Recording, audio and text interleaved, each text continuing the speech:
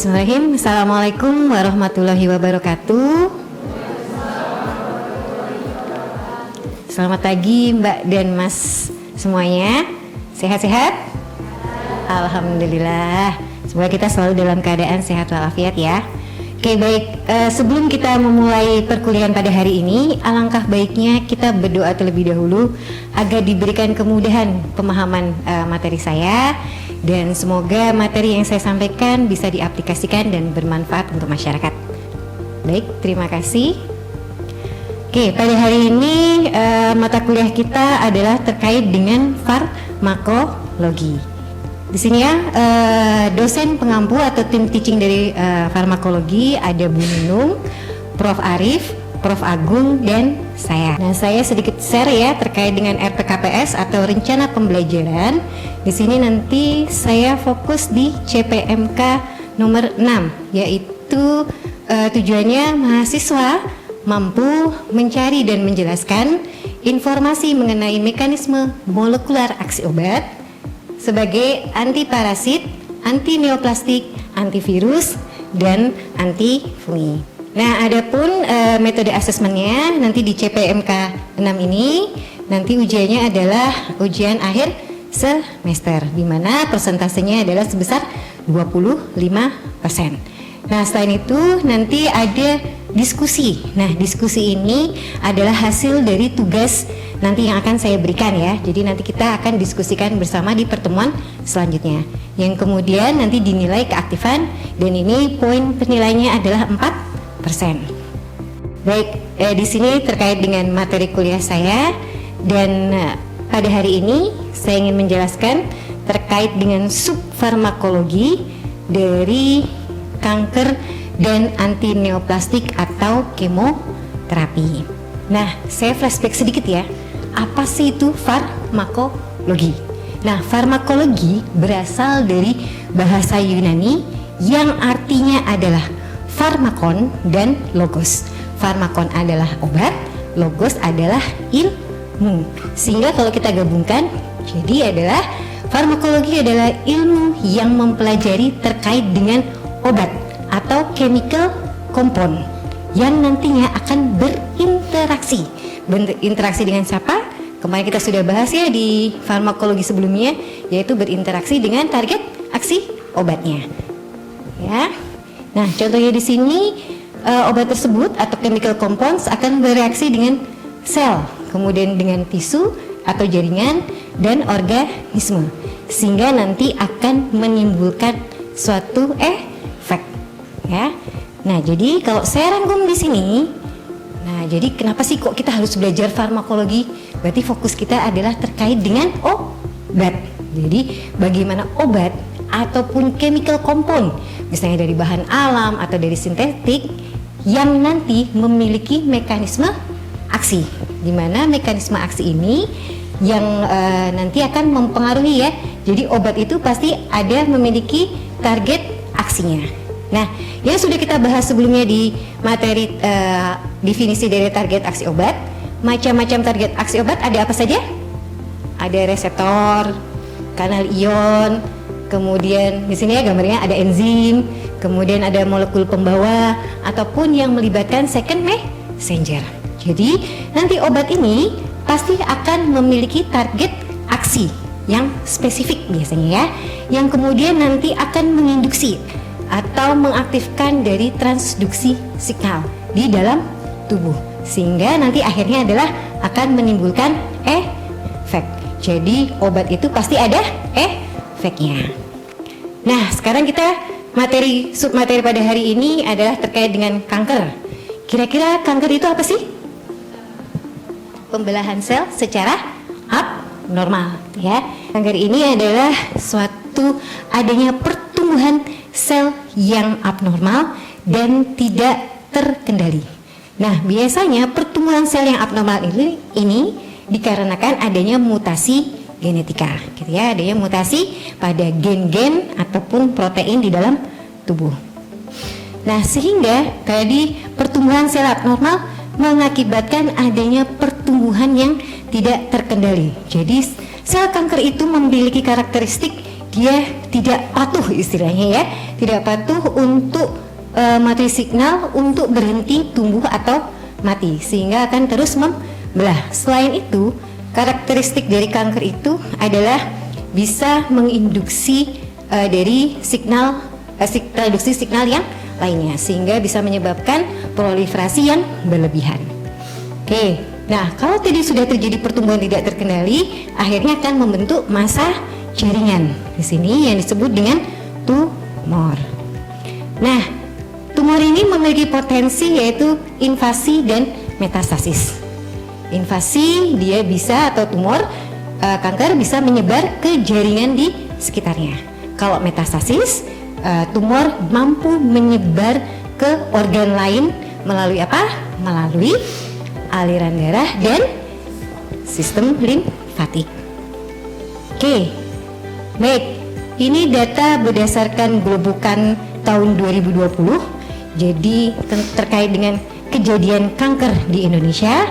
Di sini kita bisa lihat ya. Jadi kasus kanker menurut jenis kelamin pada semua usia di tahun 2020. Jadi dibedakan antara laki-laki dan perempuan.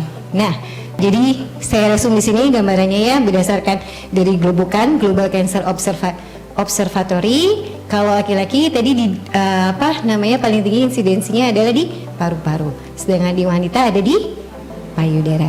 Kanker payudara ini bisa disebabkan karena adanya mutasi pada reseptornya. Berarti kalau estrogen, reseptornya di estrogen reseptor gitu ya. Jadi adanya mutasi pada estrogen reseptor sehingga bisa menyebabkan kejadian dari kanker payudara.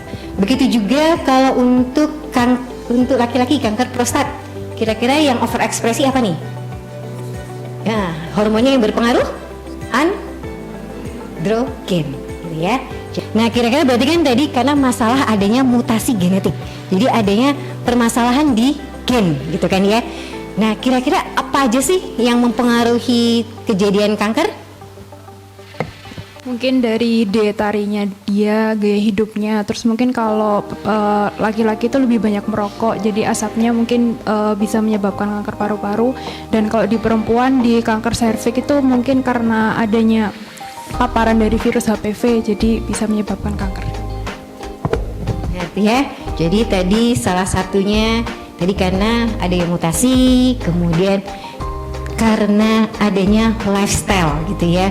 Jadi makanan yang junk food, kemudian adanya tadi alkohol atau merokok gitu ya. Jadi bisa menyebabkan atau menginisiasi atau menginduksi terjadinya kanker. Nah, tadi benar ya yang disampaikan oleh Mbak Olive, adanya infeksi dari virus. Contohnya tadi ada virus HPV ya. Nah, kira-kira kenapa sih kok virus HPV bisa menyebabkan kanker? Berarti HPV ini kan punya karakteristik ya, punya sifat, yaitu dia punya onkoprotein E6 dan E7, di mana onkoprotein E6 nanti akan menonaktifkan dari gen P53, sehingga nanti tumornya tetap berkembang, gitu kan ya. Nah, kemudian selain dia punya onkoprotein, jadi virus HPV selain punya onkoprotein E6 juga memiliki onkoprotein E7. Kira-kira E7 targetnya di mana? Dia akan menonaktifkan dari gen retinoblastoma. Ada yang tahu? Siklus sel ya. Siklus sel ini kan kaitannya dengan proses mitosis, sehingga selnya akan terus berkembang gitu ya. Oke. Nah, untuk bisa menjadi kanker pastikan ada tahapan-tahapannya ya. Nah, tahapan-tahapan ini disebut adalah tahapan karsinogenesis. Kira-kira tahapan karsinogenesis apa saja?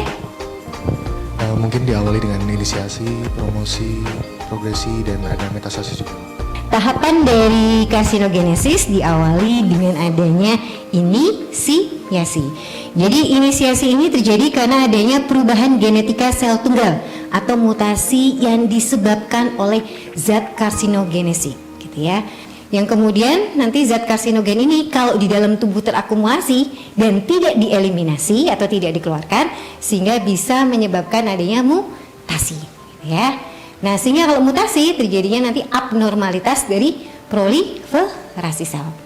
Nah, setelah tahap inisiasi nanti ada tahap promosi di sini ya, dari inisiasi sel menjadi pre-neoplastic cell. Nah, tahap promosi ini adalah pertumbuhan yang sangat cepat, sehingga terjadi peningkatan kecepatan proliferasi yang dapat menyebabkan kerusakan sel. Kemudian tahap selanjutnya adalah progresi di sini ya. Jadi progresi di sini dari pre-neoplastik menjadi neoplastik atau tadi neoplasma ya. Nah, di sini ditandai dengan adanya kumpulan sel yang besar dengan proliferasi yang tinggi. Kemudian mobilitas sel dari kankernya adalah sangat tinggi dan bisa membentuk angiogenesis. Nah, angiogenesis, dimana kita ketahui angiogenesis itu kan adalah pembuluh darah. Jadi kanker itu memiliki karakteristik bisa menciptakan atau membentuk pembuluh darah baru. Nah, fungsi pembuluh darah itu kan untuk suplai oksigen, nutrisi. Oke, nah kemudian tahapan selanjutnya adalah metastasis di sini. Metastasis di sini adalah sel kanker nih ya, dari neoplastik menjadi malignan tumor. Di sini sel kanker sudah memasuki sirkulasi darah ataupun jaringan limfatik yang kemudian nanti terjadi pelekatan sel pada permukaan jaringan baru. Nah, metastasis ini ditandai adanya penyebaran ke jaringan baru. Selain kita harus paham tahap karsinogenesis, kita harus paham terhadap ciri khas dari kanker.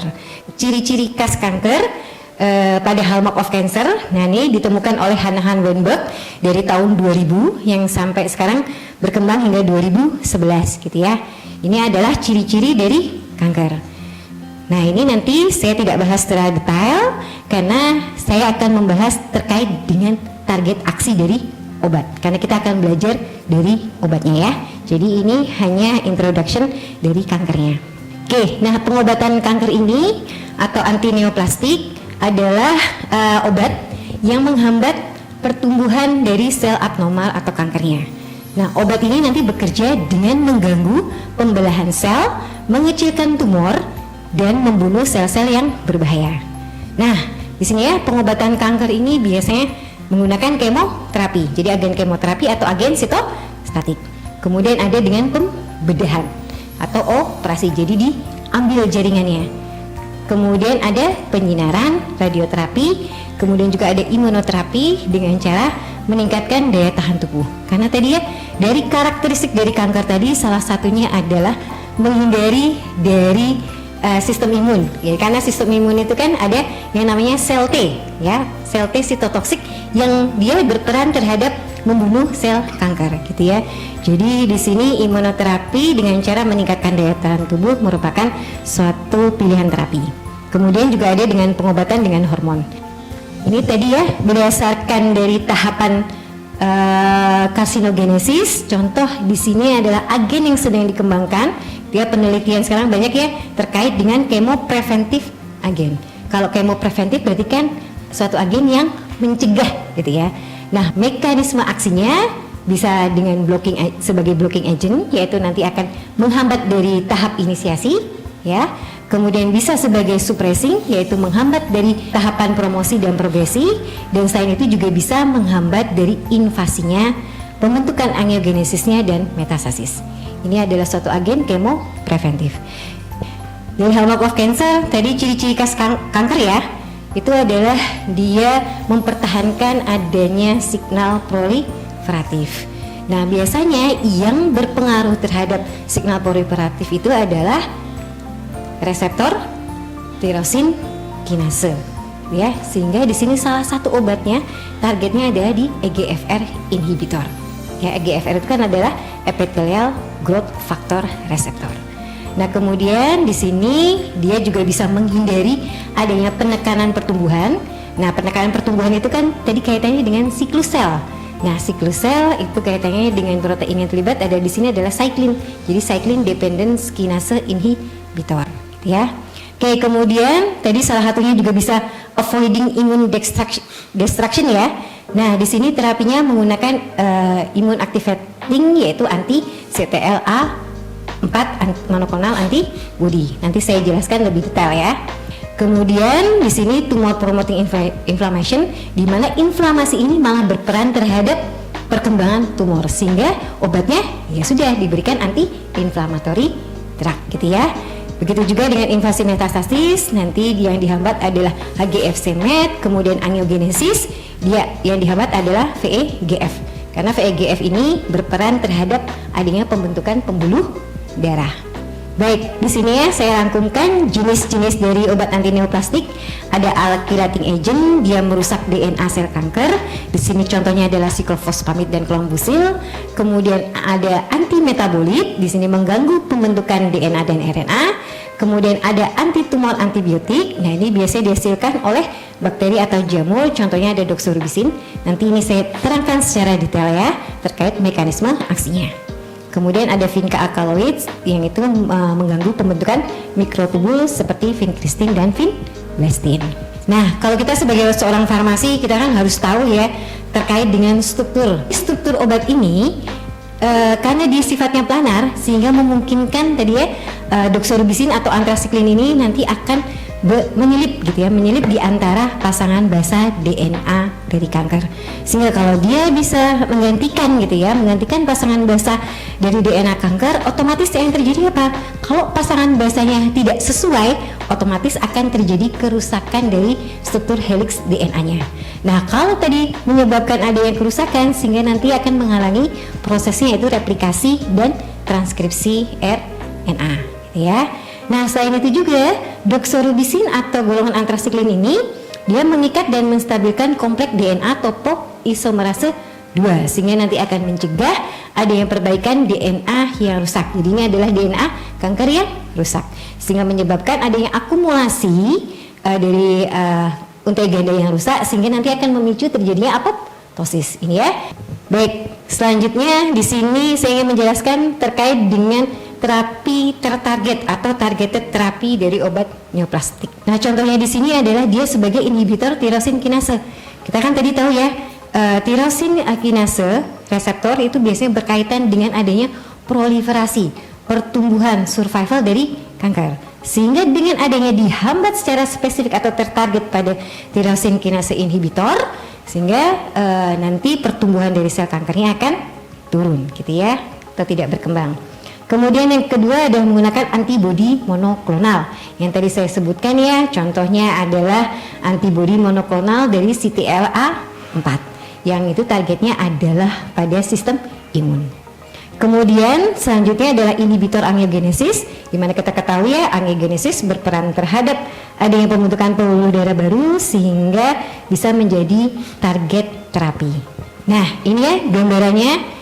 Jadi targeted terapi biasanya yang ditarget adalah tadi reseptor tirosin kinase. Karakteristik dari suatu kanker atau penyakit kanker ini, reseptor-reseptor ini adalah overekspresi. Contohnya adalah kanker payudara. Kanker payudara sekarang dikarakteristikkan dengan adanya overekspresi dari HER2.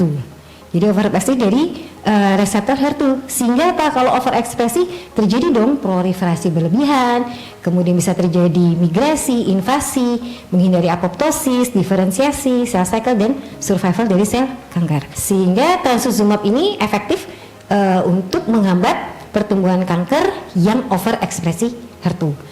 Nah, kemudian yang kaitannya dengan sistem imun di sini ya, antibodi monoklonal. Nah, ini saya ceritakan. Ini sel kanker ya. Sel kanker itu ternyata dia memiliki ciri khas, salah satunya adalah bisa menyesuaikan diri atau beradaptasi dengan mengekspresikan suatu ligan atau protein. Jadi, misalnya kanker di sini mengekspresikan adanya PD-L1 gitu ya. Karena apa? Karena T-sel yang tugasnya untuk membunuh sel kanker atau T sitotoksik itu kan harusnya membunuh sel kanker dengan adanya PD-1. Tapi karena kanker itu sangat cerdas gitu ya, bisa menghindari sistem imun, sehingga sel kanker tersebut nanti akan mengekspresikan ligannya adalah PD-L1.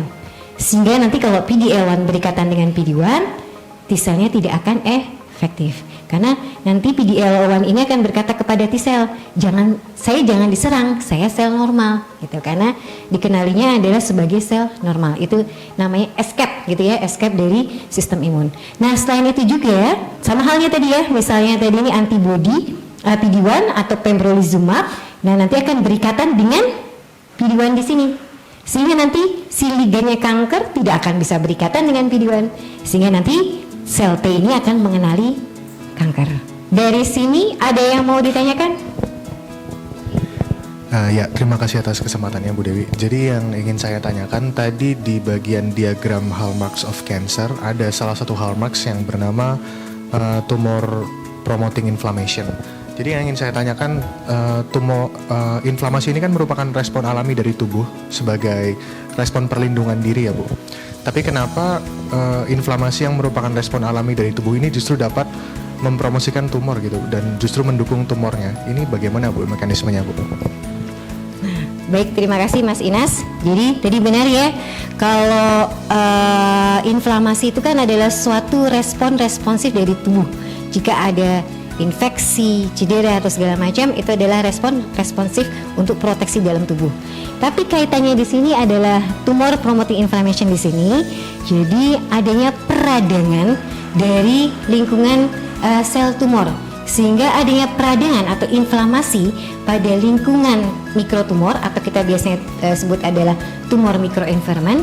Nah, peradangan inilah yang malah mendukung untuk pertumbuhan dan kemudian juga untuk merusak lapisan namanya matrik ekstraselulernya. Sehingga kalau misalnya tadi jaringannya matrik ekstraselulernya rusak, sehingga nanti sel kanker bisa bermetastasis. Baik, tadi kan Ibu menjelaskan terkait yang diagram mekanisme aksi obat ya, dan target terapi dan imunoterapinya seperti EGFR inhibitor, ada PD-L1, PD-1, terus ada HER2 inhibitor, yang mana tadi dijelaskan bahwa itu targetnya lebih spesifik. Nah, yang ingin saya tanyakan, berarti obat-obat ini apakah memiliki efek samping yang jauh lebih sedikit dibandingkan kemoterapi tradisional atau masih memiliki tantangan terkait sitotoksisitas ya? Terima kasih. Baik, terima kasih Mbak Inji. Ini pertanyaan yang bagus ya.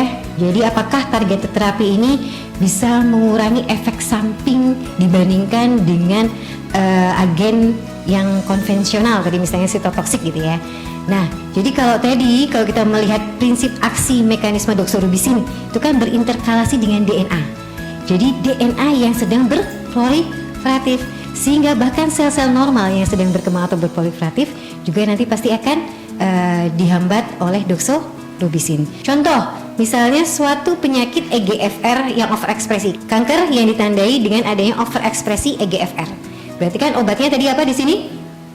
EGFR inhibitor. Nah, berarti udah karakteristiknya pada kanker itu, karena kanker itu kan sudah overekspresi EGFR. Jadi obatnya langsung tertarget pada EGFR saja. Jadi menghambat dari EGFR-nya. Jadi, tapi kekurangannya memang tidak semua. Jadi ada beberapa sel misalnya di sel kulit itu juga mengekspresikan EGFR, sehingga efek sampingnya itu sudah diprediksi kemungkinan nanti terjadi ruam atau lesi pada kulit. Oke, sudah menjawab Mbak Inci? Baik, selanjutnya. Baik, izin bertanya Bu, tadi kan dijelaskan ada berbagai jenis obat anti neoplastik seperti alkylating agent, antimetabolit, dan antibiotik, yang mana semua obat itu bekerja dengan cara yang berbeda untuk membunuh sel kanker. Yang izin bertanya, mengapa meskipun begitu sel kanker itu masih bisa mengalami resistensi terhadap obatan-obatan tersebut? Terima kasih. Oke, baik. Kenapa terjadi proses resistensi gitu ya, resistensi terhadap obat?